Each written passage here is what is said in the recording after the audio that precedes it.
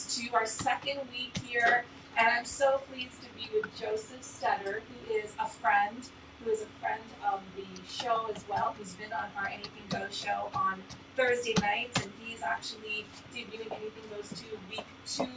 How are you? I'm awesome. You're awesome. Yeah. And Joe is going to take care of talking about everything to do with careers and the job market and recruitment. A lot of ground to cover for sure. Thank you so much, you guys. I want to thank FREQUENCY5FM, Maria and Joseph.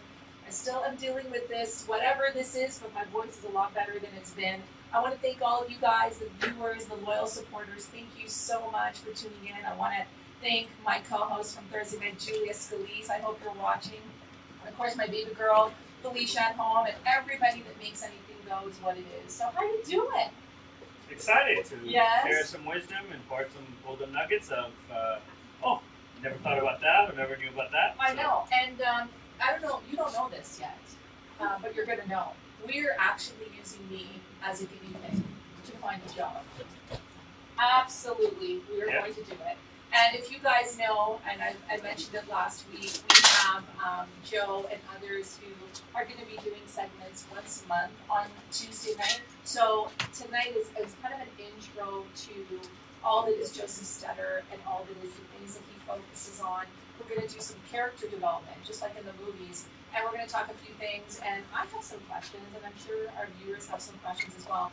I started my social media journey on LinkedIn about 2 years ago, okay? And let me digress for a minute. Okay, we're going to use me as a guinea pig because I think that this is going to be a really good science project to really determine some of the good things that are happening, but also the pitfalls of recruitment and things that are going on. Absolutely. Okay? And there's lots of them. And there's lots of them. Yeah. And Joseph is such a wealth of information. So I was in the corporate space for over 3 decades, and then 2, maybe 3 years ago, walked away, took some time off for myself, and then I reemerged and decided to kind of fall into the whole entrepreneur startup business, okay? And I've been kind of doing my own thing for the last 18 months or so, you know? I started my social media journey on LinkedIn primarily because when I reemerged after walking away to take some time off, I figured LinkedIn would be the best place to look for a job, right? I had very few followers on there, and one thing that it taught me was, how to work social media, how to build your brand, how to make connections. I never really found a job on LinkedIn per se, but I did find a lot of connections and a lot of great people on there. What do you say about? Because I know a lot of people are always like, I can't find a job online. I can't. So I'll start by saying I love LinkedIn as a tool. Yes. But most people don't use it correctly because they use it just like Indeed or Accomplish or Career Builder, where they kind of go, okay, I posted my profile or I have a resume up there. Right. But then, for example, their LinkedIn profile is very generic. Right. So on LinkedIn, it used to be that you have to request testimonials from people. You can still do that. Right. But they kind of changed the setting now where you can kind of say, here's my skill sets, and people kind of like your skill set. But that doesn't give any value to it. Right. The actual testimonials gives you instant credibility. Right. The other thing that LinkedIn has that not enough people use correctly is something called InMail. So the cheapest version is about $45, and you can reach out to 10 people that are not in your network. Right. Now, what most people do is they go, hi, I'm looking for a job, please hire me. And you haven't established rapport. That's it.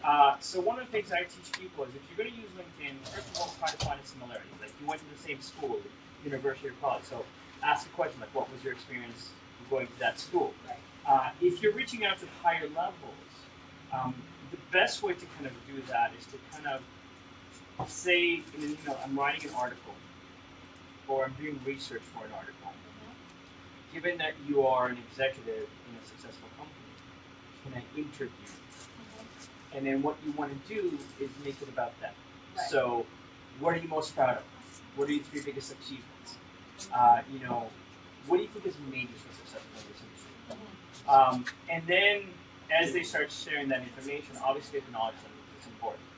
And then after they've shared their wisdom, what you want to do is say, okay, if you are mentoring someone who's new to the industry or hasn't been in the industry for a while, what things will you focus on? Right. So now they're telling you the inside scoop.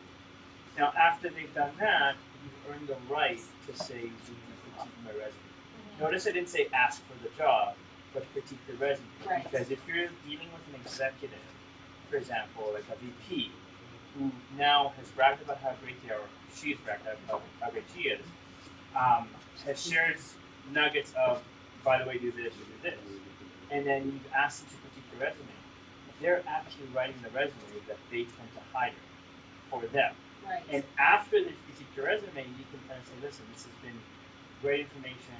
I've learned so much from you. You know what? I'd actually love to work for you because, I think we work very well together. I learned so much from you. And since they already wrote your resume, they already like you. So I have my own thoughts about the resume, and I'm going to be very rebellious in this area as we progress on this segment moving forward. But that said, Joe, why don't you, we're going to continue the topic of LinkedIn and obviously some of the ways to go ahead and look for a job and get a job. Thank you, Joseph. So first of all, why don't you let everybody know? I mean, a lot of people do know you, and like I said, you're a wealth of knowledge, a wealth of information. And one thing about Joe, you guys, very, very helpful. You guys really do need to connect with him either on LinkedIn. He's on Instagram, the Celebrate Group, and as well on Facebook. Really connect with them. Wealth of information. Always ready to help. Why don't you give everybody a bird's eye view? I know you do so much, but why don't you give everybody a bit of how you started in recruitment and talk to us about some of the things that you've seen in terms of what's been very fulfilling for you, but what have you also found to be very challenging? Okay, so I'll start with, I didn't really know what I wanted to do when I grew up. And so having the parent influence me to have a career. I studied economics and business. In the past 20 plus years, I've switched careers 9 times and jobs about 17 times. Because when I reach a certain plateau, I'm like, okay, I'm the top of the team or whatever. I got bored. Right. And so I was like, okay, I'm not truly passionate about it. And so I kind of transitioned from one to another.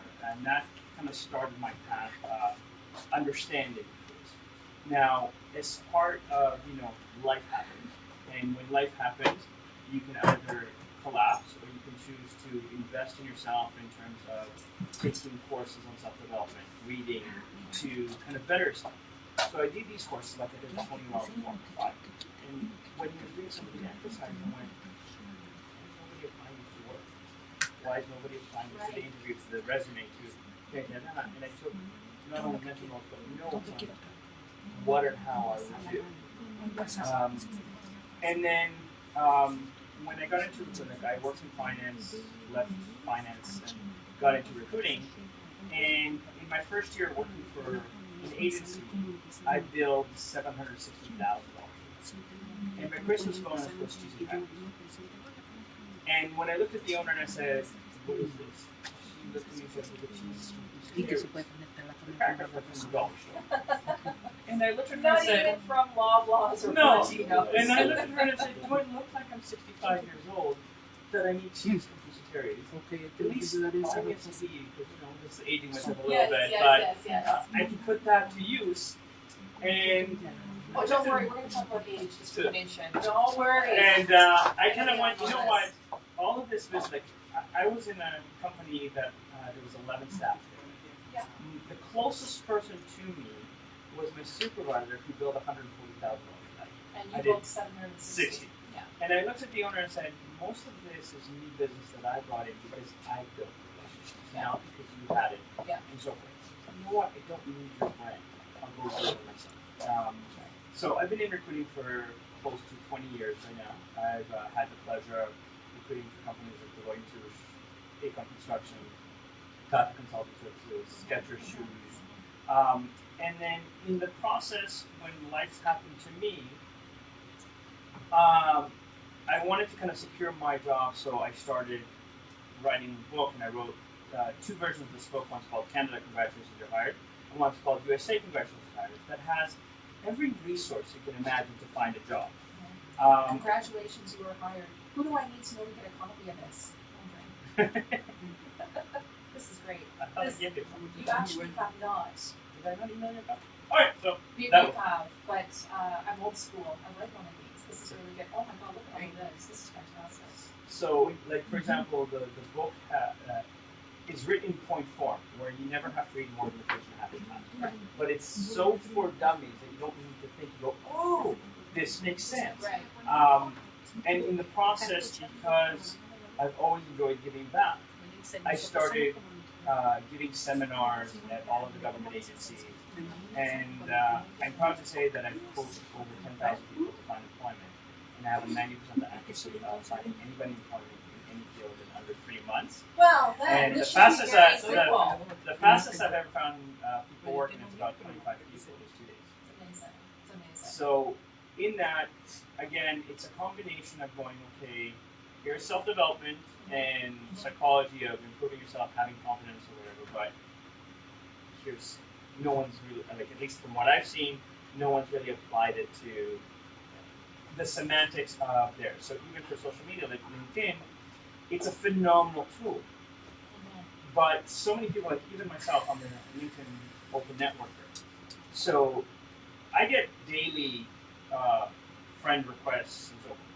And I'm amused as soon as I say yes to a lot of people, they automatically send me their sales pitch. You know why? Sorry to interrupt you. No, it's because I think you do have on your tagline that you are a recruiter, that you work to help get people jobs. No, but I have people trying to sell me, let's say, a better website or trying to sell me a better social media SEO. Yeah, the or salesman without even knowing you. right. Yes, So yes. it's automatic into the sales pitch. And don't get me wrong, I've actually made some great connections to LinkedIn that are joint ventures that are happening right now. So I'm not dismissing that there's expertise, there's things that can be used in terms of there. And yes, my profile does say, you can go ahead and contact me.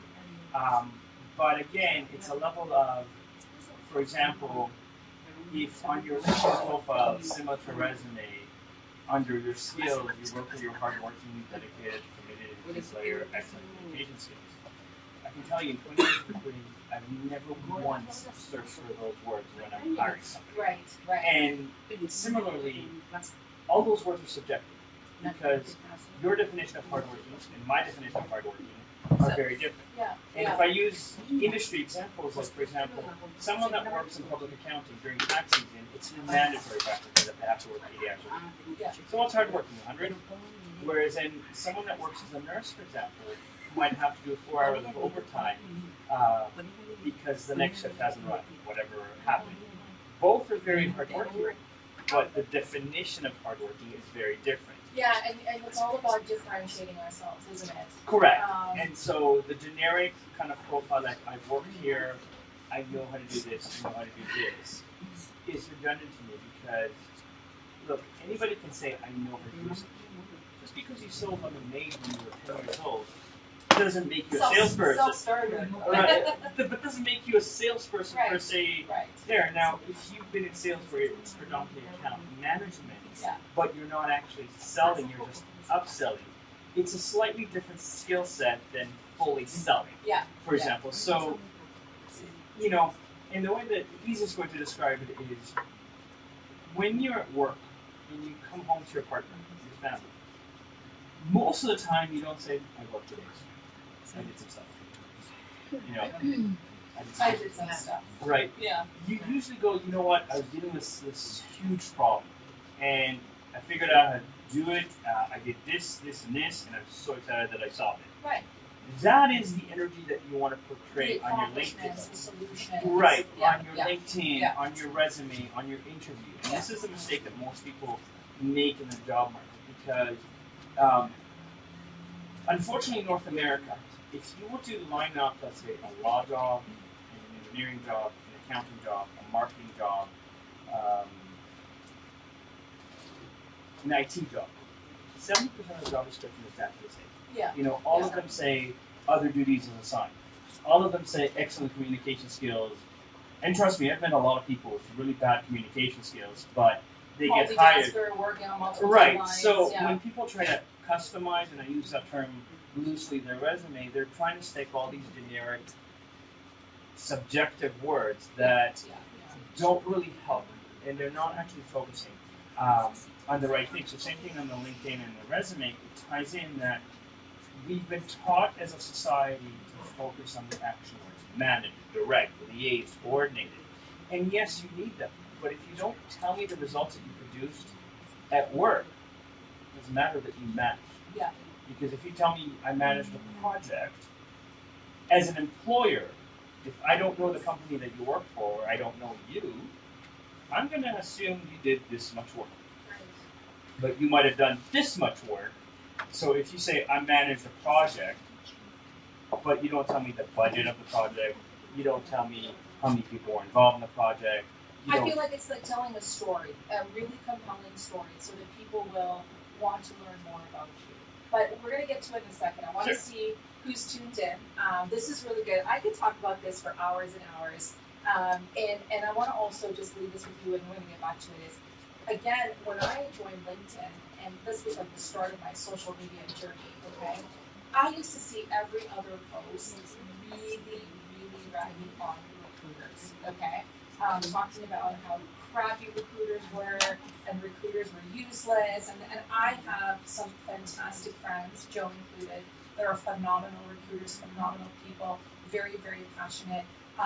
There are some myths, I think, associated with recruitment in the context of, they are trying to follow a direction from their client who's hiring them to find a specific niche person, right? So there's so much gray. It's not a black and white. But here's the thing, and this is, I think, where most people forget when they think about recruitment. Like any industry, there's good and bad. Yeah. Like any industry, there's politics. Yeah. Like any industry, there's So you have to understand that, for example, in the world of recruiting, if I've interviewed Mirella and my coworker is the one that has the job posting, my coworker might not want to split the commission with me, so he's not even going to look at Mirella, or she's not going to look at Mirella because they don't want to split commission. Right. I know of, especially some of the larger agencies, where if, let's say, I as a recruiter have good rapport and I've gotten a number of orders filled with the same client, head office can come in and say, you know what, this is now a head office client. It's no longer yours. I've had a client that, would tell me I need urgently this many people, and I would work 18-hour days to get them, and then they would say, okay, put them on hold for a month. Right. And then put them on hold for 3 months. And so there's a level where sometimes the client is very slow in responding. Canadian culture as a whole, we're very afraid of confrontation. Oh, yeah. So, and I have a question too, Bill. Why is it that I see sometimes the same postings regurgitated over and over again? They are, 18 days old and 30 days old and 60, then they come back 2 days. Is it because they haven't found them? Is it because they haven't removed them? Is it because they've got something hard? So there's basically, trying to see what's going on out there. There might be kind of up to 5 factors that affect it. Number one, similar to your job, if you post on any of the databases, but you haven't touched your resume for 3 days, for let's say 3 months, you're on page 700. Nobody sees it. Right. So, in order to refresh it, they get the average job posting today will get between 350 and 5,000 applicants. Wow. Now, most companies hiring professionals, including recruiters included, will look at the first 100 and go, probably from the first 100 I can find a good candidate. So the first 100 basically means you almost have to apply on the first day that it comes out. No. So here's the trick. So most job postings will say, don't call us, we'll call you. Yeah. And Canadians, we're very polite, so we're going to go, okay, I'll wait. So I teach people, call. Say that your internet just crashed, your computer just crashed. You're not, that you didn't get a confirmation. So can you please check if you received the application? Right.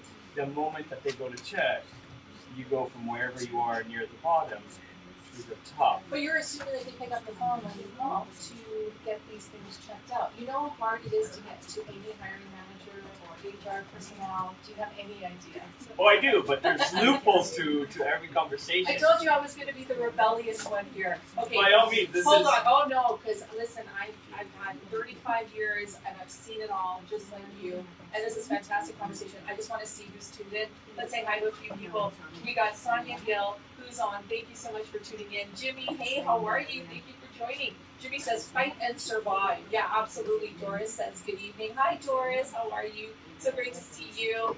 We've got Andrew Davids who's watching. Thank you very much for tuning in. We've got Celeste Farina who's watching. Thank you so much. Kim Vassler is watching. Hey, Kim, how are you? Kim is actually joining our segment next Tuesday night here on Anything Goes to Business. She's going to be talking about health and well-being, overall fitness and mental mindset. It's going to be great. Like I said, every single one of these folks has so much expertise in their respective fields. So great to see you, Kim. She says, hi, guys.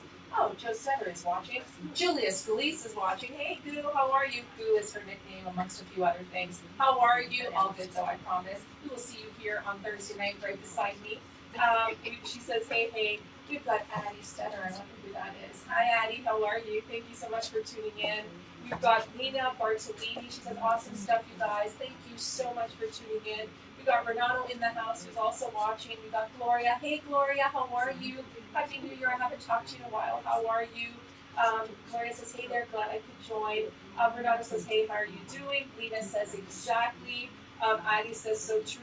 Amazing tips. Absolutely. And this is literally, you guys, just the beginning. There are so many tidbits of wealth of information that Joe is going to be offering. And like I said earlier in the show, tonight's episode is really just to kind of provide an intro, an overall overview, kind of the start of a movie that's going to be developing, if you will, because there's just so much to cover. And I'm looking forward to doing this with Joe in subsequent months. And if you guys missed it, I'm also using myself as a guinea pig. I actually tested out a few theories a couple of years ago, and then again recently over the course of my own journey. And I'm literally going to put Joe on the hot seat on this because I've been a hiring manager and I've been working in the corporate world, and there is not the wrong way and the right way. There's just good and bad in everything. There's pitfalls with everything, and I feel like there's the right way to do things, but I also feel like there's a few processes that are very flawed, if I can say. Right? Listen, it's all about perspective. There is always a process that might be flawed, but if you tweak it just a tiny bit, it becomes brilliant. Because it's how you apply it. You have brilliant tips too. Like, I'm telling you, like, honestly, you guys, stay tuned. We've got, I hope I pronounce this correctly, Marius Galisa says, very informative. Thank you so much. Adam Moss, hey, Adam, how are you? Great to see you on Anything Goes here on Tuesday nights. He says, Joe knows his stuff, brilliant mind. Everyone pay attention. Thank you. Absolutely. I'm going to pay attention too. Elena's watching. Hi, Elena. How are you? Lena says, Joe, amazing. Thank you guys so much. Thank you. Let's go back to a couple of years back. So, excuse me, guys. So a couple of years ago, about 3 years ago, I walked away from the corporate career, and a lot of people do know. Some people don't know. I had to. It was just a matter of some personal and professional catalysts that had kind of come around in an 18-month span. And so I decided, after 35 years, it was time to take a break. Now, some people would say, Marla, how would you do that? You left a high-paying job, you didn't have a job to fall back on. When it comes to health, when it comes to mental, emotional, physical health, you have no choice. I made the right choice. I always felt that I could make the money again, but I really did need to take the time for myself, and I don't regret the decision. But here's what I found, okay? My career progressed. So if you think about, my areas are, there's a bunch, but marketing, branding, communications, business strategy. There's a lot of just promotion and business development and event planning and social media and digital marketing, and it goes on and on and on and on, okay? And I've been very fortunate to work at all different levels and even being in embedded in operations and business strategy. Okay, and I'm a people person. I really believe in people and culture, and company culture is very important. I just posted today about how I will continue to advocate for mentally healthy workplaces. I think it's very important. I'm smiling because I've just rebranded myself as open cultures. And so there's a level where I look at an organization, and here's the thing. In my recruiting business in the past 20 years, I've maybe replaced 5 people. Right. And my warranties are usually 6 months to a year because I'm that confident in my candidates. Right. Because I'm not afraid to be transparent with my candidates and say, this is the good, this is the bad, this is the ugly, so you know what you're getting yourself into. Yeah. And I'll give, if I may share a quick example. I remember I had a client, manufacturing company. The owner was a very, very, very old. Let's just say he was borderline sexual harassment as a But when it came in, he was very open about it. So he was willing to pay $20,000 above market to find an administrative assistant that would tolerate that, and some very hefty bonuses. Now, because of the client confidentiality, I couldn't interview you and say, you'll be sexually harassed. So I spent about 20 minutes going, you will need really, really thick skin to work here. Right. There might be some jokes or comments that you might hear at a construction site, or maybe at a bar, that some people might consider inappropriate at work. There might be comments in your attire that not necessarily work appropriate. And I would repeat this until the woman would basically say back to me, so you're basically saying to me that this guy has a lot of sexual energy. And so I found a woman that had a lot of sass and loved that kind of banter. Like that challenge? Not that challenge, but the banter, the sexual banter. She loved that. And she ended up working there for about 6 years, making $95,000 as an administrative assistant with her bonuses. And until she went back to become a project manager, I kept in touch with her, and she told me this was one of her favorite jobs. You're kidding. No. And I'm gonna challenge this for a minute, okay? I'm gonna challenge it. She can put up with it, and she has the sass, and she can handle it, no problem. But I'm gonna play the devil's advocate for a minute, okay? You know I'm following this. I actually have a story of the devil's advocate. Yeah, no, I'm gonna be the devil's advocate as a woman, but also as a professional businesswoman, which is why was that behavior tolerated and accepted and condoned? It shouldn't be.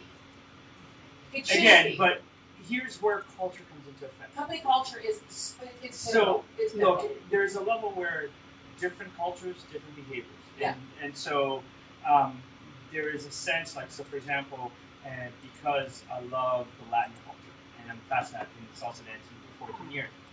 In Cuban culture, for example, sensuality is part of the communication because the dance is so essential. Right. And the communication of the sensuality can be used as a yes or no communication right away. Yes. So if someone comes from a culture where the sexuality is kind of like a language of love, let's say. In part, okay, yeah. I get that, but when it comes to, I'm sorry to interrupt you, but I get that, but when it comes to, like, if the boss was just, making a comment about, I don't know, the woman's blouse, and she was okay, and she was just like, and that's on her to want it. But then there's a level of crossing the line, which I think is very inappropriate and unprofessional. And again, and this is where, like, the Me Too movement and the things that are happening just right now. No, but here's, and I'm going to give you a similar example, but the opposite. Okay. I have a friend that graduated from HR, got hired for a non-for-profit organization, and the president was very sexual. Okay. And she was on the job for 3 weeks and kind of had a nervous breakdown, and basically got legal advice, sued him, and luckily for her, one of the guys that worked there, his conscience was, I can't let this happen, and he was willing to testify that the owner would take the boys to the strip bar and brag about Oh, getting jeez. dances, and Yeah. that there's been 6 or 7 women that have left that office crying, kind of thing. Yeah. So or worse. they ended up kind of settling out of court without, going through. But the owner of the non-for-profit, which was very well known, hired the most ruthless female labor lawyer to defend him, Right. and she's never lost. Luckily for her, again, in some of the due diligence, stuff came up very quickly as pattern, Yes. and so she went settle it, Right. make it go away. Right. What's the damage though? And I want to ask this, okay? I am a real proponent for company culture. I've worked for some amazing companies, and here's the but.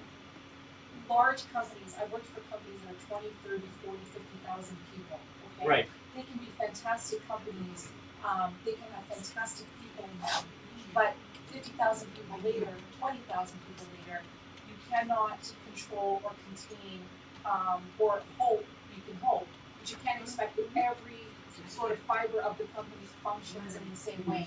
And so you've got the majority of people that are good, and then you've also got people that are not so good. You've got your politics, and you've got your, you got all kinds of things going on. How do you navigate that? And furthermore, not only how do you navigate that, I've spent 35 years navigating landmines in the corporate world, let me tell you, and I've learned some of my best experiences, and it really hardened me as a businesswoman, but I'm still very heart-centered. I still care about people. But here's the thing. How do you know? What advice do you give people when they're looking through a career transition, when they're just starting out after just graduating from school, or in between?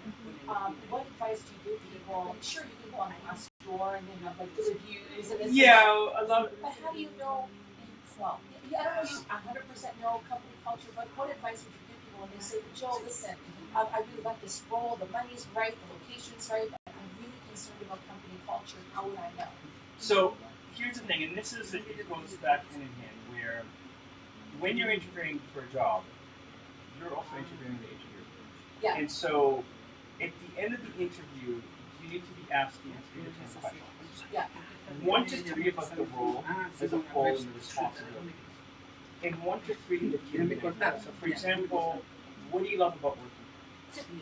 If someone says the money's really good, you probably don't push that. Because salary is number 7 on the top 10 reasons why people leave a job. Salary is number 7. 7. That's interesting. Right. That's the way 1. you're treated. Right. So if someone goes, we have barbecues and they bought us ice cream and they did this, they start remembering those things. Right. And that builds a culture. And also to go to when you have larger companies, yes, the organization can kind of have culture intent, but then there is a famous book called Tribe Leadership, that you can create tribes and understand the tribe. And there's enough nowadays personality assessments with AI background that you can use to kind of go, here's why you have turnover, here's why you have dissatisfaction, that then you can create a game plan. You don't need to have a Google budget to create a culture of celebration. Right. And that's right. I'm going to quote Guy Kiyosaki, who was the evangelist for Apple back in the day. And I remember watching one of his interviews, and he said, especially as a new company, don't bother with the mission and vision because nobody really knows. If you went today to, let's say, Wendy's, and asked even the manager that works at Wendy's, what is the mission or vision of Wendy's restaurants? Right. They probably don't know. Right. Create a mantra. Create a slogan. And my favorite, sorry, John, I'm going to interrupt you. My favorite, okay, so this is a story, I think it was my history, I'm not a history, but 1963, I think it was 1961, 1965, anyway, it was during that time. John F. Kennedy was sending a man to the moon, and he walked into the NASA building, headquarters, and there was a man who was washing the floors. He was the janitor. And the president goes up to the janitor and says, good evening, what do you do here? And the janitor responded, I'm helping to send a man to the moon. Correct. And that is such a powerful, powerful story. Because the man was washing floors, but he knew there was a bigger vision, there was a bigger mission. He was part of something big. It doesn't matter whether you're answering phones, it doesn't matter whether you're washing floors, it doesn't matter if you're in the CEO office. The point is, he was proud of what he was contributing to. But this is where there's also a massive disconnect in companies today because there's a lot of talk, but very little practice. And so there's a lot, like, you know, an old adage in English says, leaders lead by example. Yes. They do. Yes. So if the leader, let's say CEO, is walking around the office and sees a piece of garbage and picks it up, the staff will notice it. Right. You know, if there's like, okay, the CEO is going to make pancakes for the staff and smile when he's doing that. You know, I use an example of, let's say if a company that has a Halloween costume party. Yeah. Right? I get it that C-level executives have meetings, and I'm not dismissing that in any way, shape, or form. But even if there's a conflict, if none of the C-level executives are dressing up, it's a mixed message. So I don't care if a C-level executive goes to the dollar store and buys a cheap mask for $1. Right. Come in for 10 minutes. Show that you're wearing a mask. That you're fun. That with you're part people. of it. That you're not just talking it, you're doing it. Yeah. And then once you've done that, you take it off and go to your meetings, for example. Yeah. Because the staff will talk about that. That was not the best costume, whatever, but the fact that it was engaged, for example. And so a lot of times, in my opinion, in terms of the culture and in terms of this, that something like a mantra, something like that, where if you start implementing right away symbolic things, like if you earn this key, this is what the key means, if you earn this. And so if you look at the most successful companies, like the top 50 companies in Canada or the United States in terms of success, it's not that they're making the most money, it's the little things that they do for the staff, that the staff remembers and appreciates and talks about. You know, there's a baseball league and they have a team, right? Because after the game, you can go for drinks and whatever, wings with the staff, and it's a way to build rapport outside of work.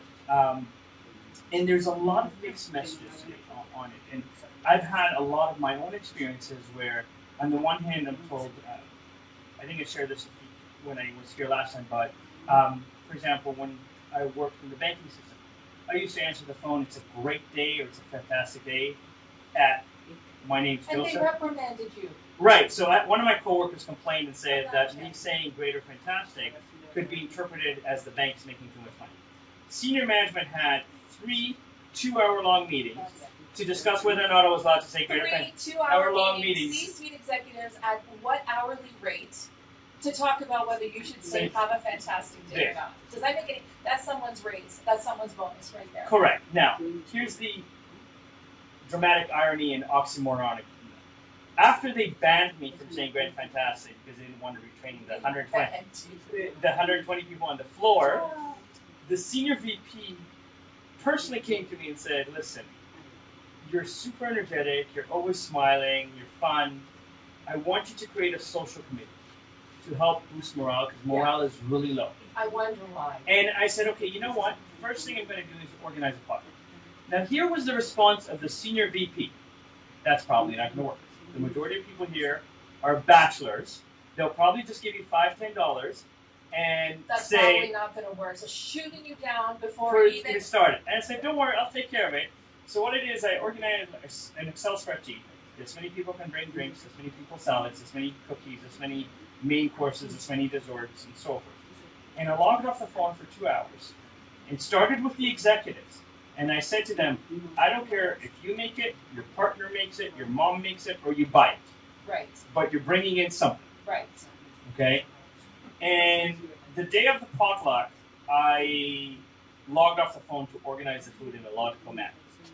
Now, we had the equivalent of 3 full boardroom tables worth of food. For the next 3 months, everybody talked about how much food there was, how much variety of food there was, and the fact that they can... And people came together. People came together for the greater good of this gathering, right? And how happy were they? Super happy. At the end of the quarter, I won or came in the top 3 for 7 out of 10 contests, including answering 151 trading calls in an 8-hour shift. Right. So you can imagine how busy it was. They refused to give me my bonus because I was logged off the phone for 4 hours to organize what the senior VP told me. And so this is where the it's stuff like that that drives me absolutely freaking insane. But and this, I'm writing a book too, Joe. Let's write it together, okay? So this is where corporate culture is not. You know, you don't need to be Google that you have an internet bus with television and PVR. No. You don't need to have private chefs in the. They're like, don't get me wrong, no one's going to complain if you have that in the office. Free lunches every day. Now, you didn't get your bonus, and then ultimately that was the primary reason why you ultimately left that organization. In part, there was other things that happened, but yes, it was kind of one of those. I'm just going to say it right now, and it's anything goes. So, okay, that's absolutely freaking bullshit, and that is the kind of stuff that drives me nuts, and that is one of the reasons I left the corporate world. Don't get me wrong. When I speak about my corporate experience, my corporate career, I have met so many amazing people, so many mentors, wonderful people that I worked with, wonderful, wonderful people. I cannot say it enough. However, with the 80 to 90% of amazing experiences, there was that 10 to 15% of people that try to undermine you, to try to take a promotion away from you that you deserve, that feel threatened by you, that are intimidated by you. That it's funny that you said 80 to 90%. I can't even say it. Because 80 to 90% of people in North America hate their jobs. Okay. That's the statistic. But you want to know something? Okay, interesting. Really? Okay, yes. So let's go on. 80 to 90% of people hate their job, and that's a North American stat. In 35 years that I've had a corporate career, 80 to 90%, I loved my experiences. Hands down, I will say it on the record. But it was that 10 to 15% of that negativity, that toxicity, the BS of people trying to undermine you when all you were trying to do is help, and you're raging against the machine. It was that 15% that left me exhausted, quite frankly, right? So it's an interesting paradox when you look at the stats, and right? here's the kind of, we'll call it from two parts of looking at this. So a lot of organizations are trying to save their pennies to make a dollar, as opposed to looking at bigger picture and reward recognition. So, like, my father was a civil engineer, God rest his soul. He was in charge of a project that involved 15 buildings. Right. Instead of hiring somebody at his level that had knowledge, in-depth knowledge, and pay them, let's say, $160,000 to $200,000 as an executive director to handle what he did, right, they decided we're going to kind of cheapen and hire more junior project managers at $100,000. But they ended up hiring 7. So instead of saying, instead of paying $200,000 for one that's qualified and knows what they're doing, they ended up paying $800,000 for 7 or 8 that didn't, because they couldn't handle more than 2 buildings at a time. Yes, yes. And so there's that dichotomy right now that's happening in the workforce, where on the one hand it's like, I don't really want to pay the high salary, because millennials can come in cheaper. But you get what you pay for. I'm sorry, you get what you pay and for. millennials a lot of times you might be technically good with certain things, but they don't have the maturity to handle big things or big situations. One of my favorite books on leadership by Steve Farber is called The Radical Lead. The Radical Lead by Steve Farber. And the story goes that this guy has been by the book, loses his job all of a sudden. He starts kind of reaching out to his friends. It's like, okay, can you give me advice? Can you do that? And then he starts kind of going, okay, what's your definition of leadership? And at a certain point, he meets this beach bum. And the beach bum tells him that leadership is the acronym LEAD. Love, energy, audacity, and proof. Yeah. He said if you cultivate love, you will generate energy. You will inspire audacity, and the proof will be in the pudding.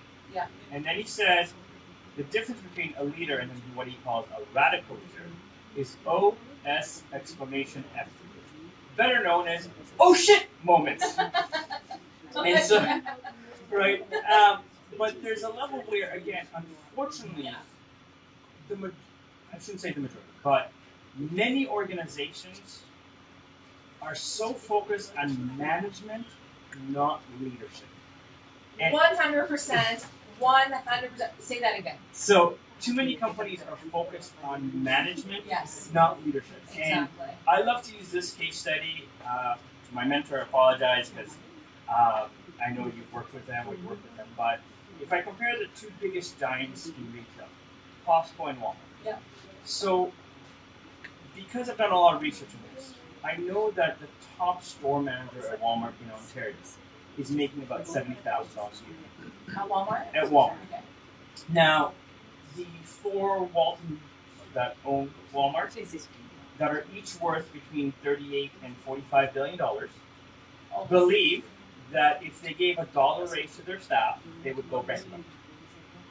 Now, the sister built a $150 million museum in the middle of Idaho, in the middle of a potato farm, to bring culture back to the people, but because the museum was built, they could also open a few Walmart.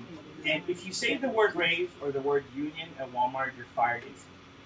And Walmart has a very aggressive micromanagement, kind of hovering it over you, yelling at you mentality. Now, Costco, on the other hand, the worst Costco store in Ontario, does $1 million a day, not on a weekend. During the week. During the week. And they pay their staff a lot more. No. There is cashiers at Costco that make $100,000 a year. So they start. At Costco, yes. So they start cashiers at $17 an hour, and they measure cashiers on how fast you are, how active you are, and your ability to do a quick chit chat by keep the line moving. Yeah. If you score well in one of those three categories, within your 6 months probation, they actually bump you to $21, $22 an hour. Right. Because Costco has calculated it costs them on average $140,000 a month to lose one good cashier. Right. And so at Costco, 70% of the back office started being cashiers or pushing parts there. So when they promote internally, they give you a month and a half to train your replacement so that there is little to no gap because you're sharing the advanced with them, not the basic training, for example. Now, Costco offers their employees benefits, especially if you're full-time, and discounts, especially on products that they want to kind of out of the store. And if you go to Costco and Walmart, most of the time when you go to Walmart, if you look now, they don't even want to take cashiers, so you have the self-checkout. And Walmart, the majority of the people at Walmart look like they're ready to die. You go to Costco, even on a weekend when it's super hectic, yes. all of them are cracking jokes. All of them are smiling. All of them are energetic. And you know what, Joe? Sorry, I want to mention this. You talk about turnaround, okay? I'm not saying all companies, but a lot of companies are notorious for not understanding. If you treat your people well, and they're bringing in the revenues and they're doing their job, and you make it so that they don't want to leave, okay? And productivity goes up, and they'll continue to work really hard for you. You're going to lose a lot more money if you start to make them feel like they're underappreciated, undervalued. There's no room for growth. There's no room for promotion. The monthly cost this, of that, and the other, right? The monthly cost is between $1,500 and $180,000. Oh, the numbers per Per person. person. That's lacking in your work. I even know that. And then guess what happens? You leave, and then the rest of your team, they're not hiring right away because they can't find the right person. They don't want to dish out the money. So the rest of the people are left, right, to do that other person's job. Then there's a strain on the rest of the team, and then more people start to. And then they call it sick. And then they're frustrated that they're. And yes. this is where it goes back to the mental health and well-being. Yes. Because it's a vicious circle. So it's either, like it's one. Like if a position has opportunities in the back end in terms of bonuses or incentives, then fine, have a slightly lower salary. Yes. But there's a level of, if you treat people right and treat them with respect, they'll find ways to be more productive. And the job force wouldn't be regurgitating the same jobs over and over and over. But again, so you asked me earlier why the regurgitation. So there's a few reasons. Number one. Hold that thought. Yeah. Hold that thought. Sorry, guys. I see that there's a few people on on the show. Jermelyn Barnes is watching. Hey, Jermelyn, how are you? You guys stay tuned for Jermelyn as well. She is going to be taking the Tuesday, January 28th spot, and she's going to be talking about modern dating and relationships. And obviously, cannot wait for that one. Dwayne Mightley is watching. Hi, Dwayne, how are you? Great to see you. Jermelyn says hello. Addie says mental health at work is so important. Absolutely so important. She says, I agree with you 1,000,000%. Joe can tell you more about my story. Addie, you know what? I look forward to hearing more and to getting to know you as well. Selena says mental health is crucial in the workplace. 100%. Look, you guys, this is anything goes. We're being honest, we're being open, we're being transparent.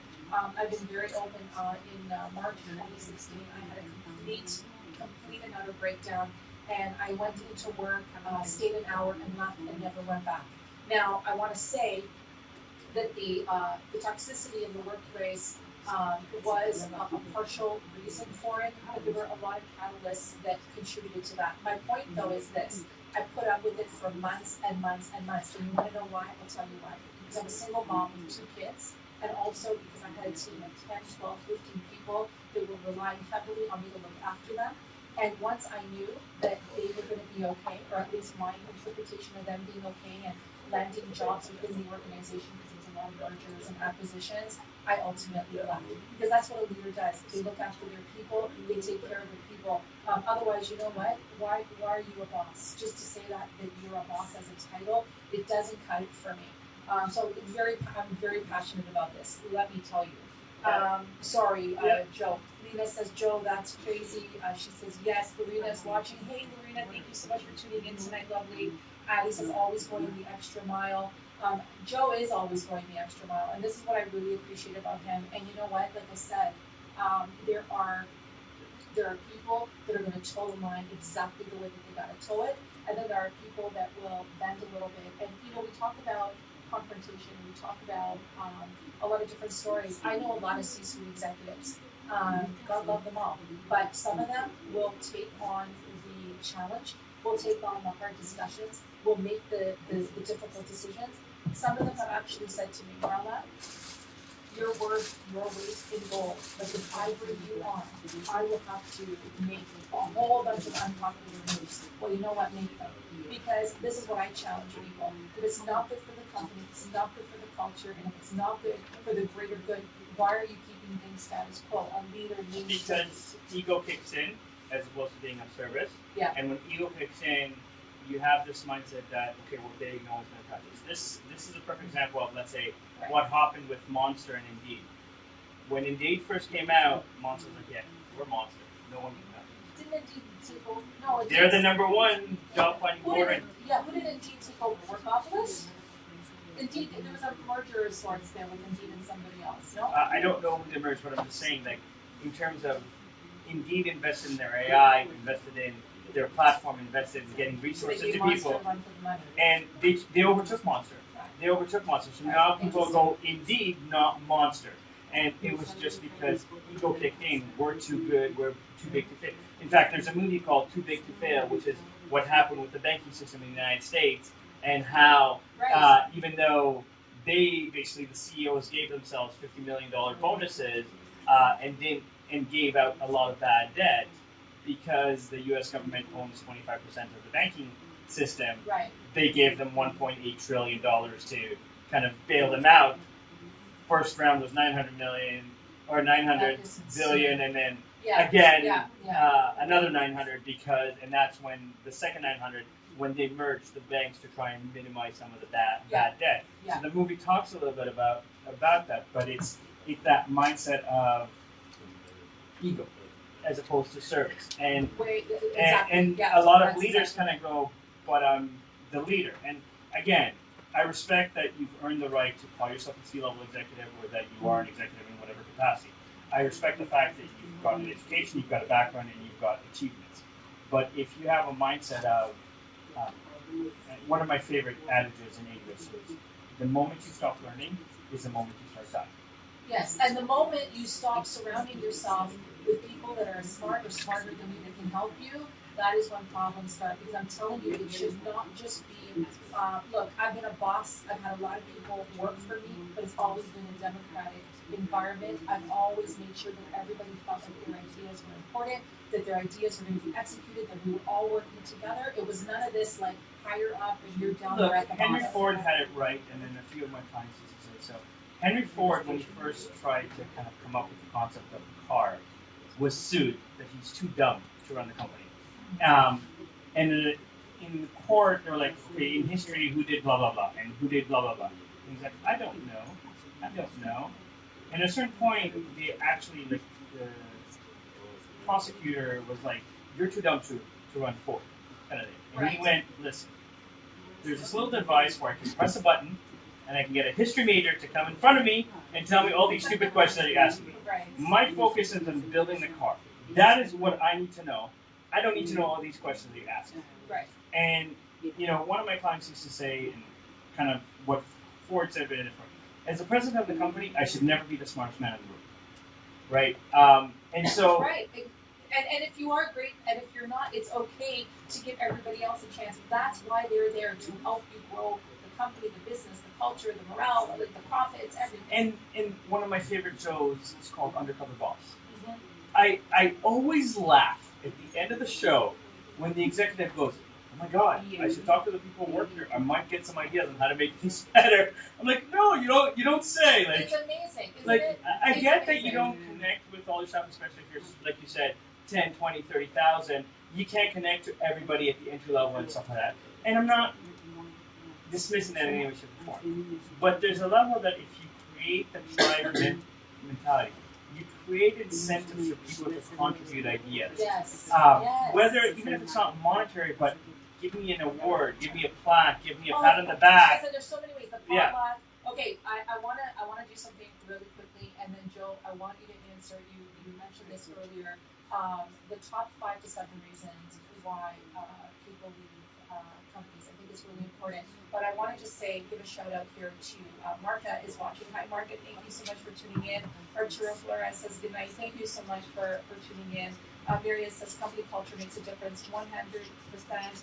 Lena says you're an amazing girl. Thank you so much. Listen, I am very, very passionate. I care a lot about people, and the type of leader that I was, and I think I still am, is the kind of person that wants to see people flourish and grow and develop. One of the reasons that I've been passed up, I believe, for promotions and things like that is because people were intimidated by the fact that I really did care more about people. Like, I care about the profits, but isn't it about people first, and then everything else will flow? And I really gave it everything I had. And sometimes you got people that are along those lines, and sometimes you don't, and you're raging against them, and we shouldn't have to. So I'm a real advocate for this kind of stuff. And Joe is, I admire Joe, and I believe that he is on the right side of all of this. There's just too much, but I'm going to put it out there, okay? Just because you are in a leadership position does not make you a leader. Just because you have the title does not mean you can do the job. I have seen people, oh, you got a pulse? By default, you get the job. And there's a lot of people out there that are more than qualified, and they will not even get a phone call because the ATS, the ATS systems, the resume is not being like the keywords, people getting passed over for whatever the case may be, and it's not right. It just drives me crazy. But okay, we continue on. Lena says, awesome movie. Wayne Newland is watching. Hey Wayne, how are you? Great to see you on here. Dribbelin says, so informative, Joe. Absolutely, and this is just the beginning. Miriam says, thanks, Joe. You are a wealth of information. I absolutely agree. So you said that salary is number 7 on the list. Number 1 is how you're treated. So you're being not appreciated, you're not being valued. So that's like or being micromanaged, yelled at. Micromanaged, right? Lack of appreciating your ideas. So literally the top 5 is lack of growth, no room for growth, lack of appreciating your ideas, lack of reporting structure. Not necessarily the reporting structure doesn't actually make it. It's more in terms of the behavior. Like there's a lot of talk here, but not an active execution. So as part of being a corporate culturist, I also address corporate social responsibility. So let's use that because big organizations will go, well, we donate to these organizations. We pick 10 We sponsor a hockey team. Some of them will even go, yeah, we build houses for Habitat for Humanity. Yes. But when I dig a little deeper and I go, wait, so you're forcing your staff to come in on a Saturday, Sunday, which is my time, to build a house for Habitat for Humanity, and you call yourself social responsible. You want to be social responsible, pay your staff Thursday, Friday to build a house for Habitat for Humanity. Yes. And then let me choose to come back on the weekend if I'm enjoying the experience. Can I say something? And sorry guys, just because you're hitting such, I'm very passionate about this and you're hitting some really key points. Also, I just want to mention, we've literally got just a few more minutes, but I'm going to go with the flow of this show tonight leading into the next time you're on this segment because you've got lots more to say. All I want to say, you guys, is we worked in a very fast-paced environment and deadlines when you're working on proposals, marketing, brand initiatives, campaigns. Sometimes we had 5, 10 big projects at once.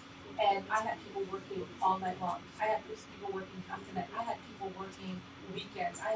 You know what? I didn't expect them to come back in the next morning and meet. As a matter of fact, I used to give them the days off in lieu of that wouldn't even impact their actual vacation days. Okay? Because you don't want them burned out. You want them appreciated, and you want them to believe that, listen, we have to pitch on this, $20 million proposal now. You got to put in the work. But then when there's slow times, there's some lull times, that's when you take advantage of it a little bit. You give people that break. And you know what? It went a long way. It really did. I don't know why no one else. I don't know if I have time to kind of share a quick story of how much this goes a long way. Yeah. So I was working for a company that owns multiple private colleges across Canada. Yeah. And they asked me to build a call center from scratch.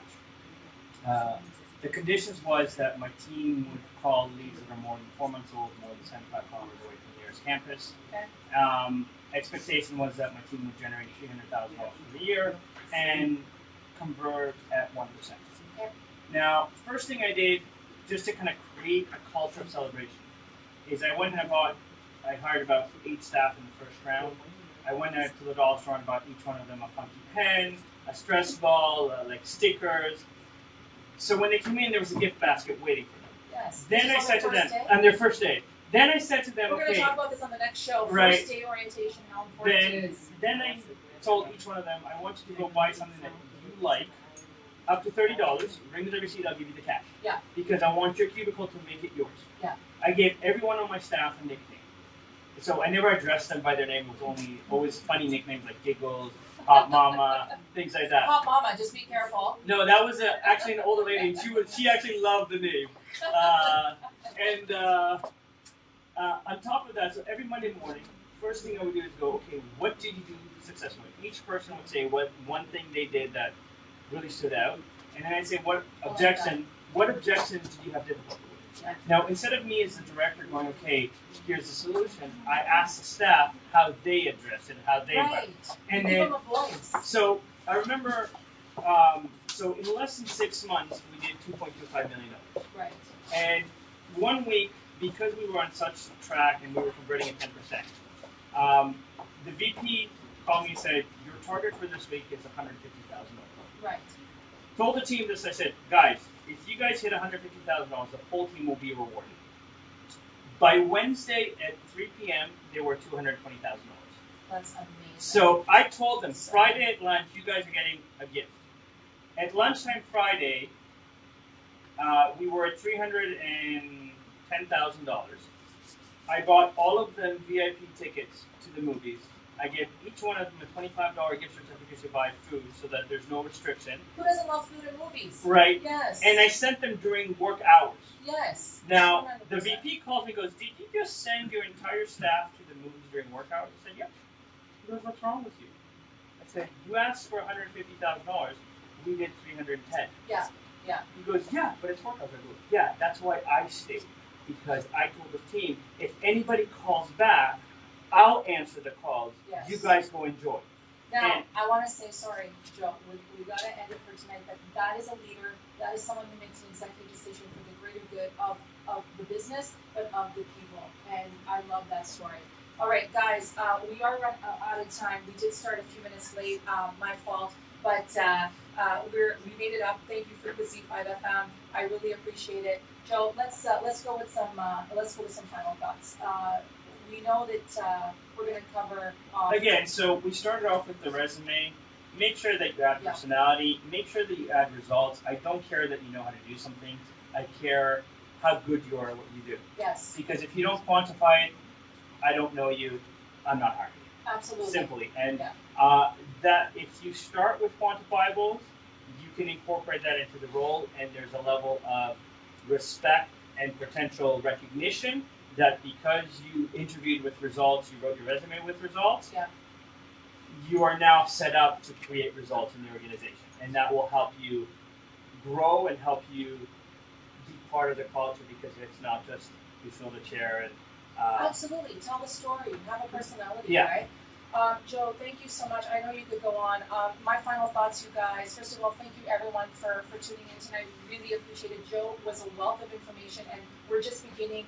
He's going to be back on Tuesday, February the 11th, and I'm going to challenge him because, you know, that's what I do. We're going to talk about age discrimination. Is it alive and well? I say that it is. I also want to talk about how I submitted my resume for a dozen jobs that I know that I am more than qualified for, and I'm going to share the results with you next time. And I'm going to challenge Joe to help me get some opportunities going, not just for myself, but for all of you. So we're going to use me as a science project. He's going to be back. I'm really, really looking forward to it. We want to talk about online applications. If you guys have certain categories of topics or questions, advice that you want answered, please tune in. Really appreciate that. Next Tuesday night on Anything Goes To, we've got Kim Bassler talking about health, fitness, and the overall mental mindset.